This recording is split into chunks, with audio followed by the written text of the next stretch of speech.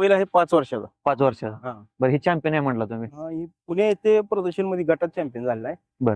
म्हणजे ह्याचं कसं झालं, लॉकडाऊन मध्ये 4 जातीन 2 जाती जिथं चॅम्पियन होतं बैल, हा. त्याचं वय होतं त्यावेळेस लॉकडाऊन मध्ये 4 जातीन 2 जातीमध्ये होता. बर. त्यामुळे चॅम्पियनला ह्याला चान्स मिळाला, बरोबर. नाही तर बऱ्याच ठिकाणी चॅम्पियन बैल झाला असता. ह्याला तुम्ही फक्त प्रदर्शनालाच घेऊन जाता? प्रदर्शनला आणि गाई भरायसाठी. गाय भरायसाठी. घरी येतात गाय, आपण काय फिरून गाय लावत नाही. बर. आपल्याला घरी गाय येतात. बरोबर. एका गायला किती घेतलं? एका गायला 1000 रुपये घेतो आम्ही. बरोबर. आणि हा जो बैल आहे तो तुम्ही घरी तयार केला नाही, विकत घेतला होता. गेल्या वर्षी 4 जातीमध्ये होता. हा. त्यानं कनेर मध्ये ते प्रथम क्रमांक केला. बर.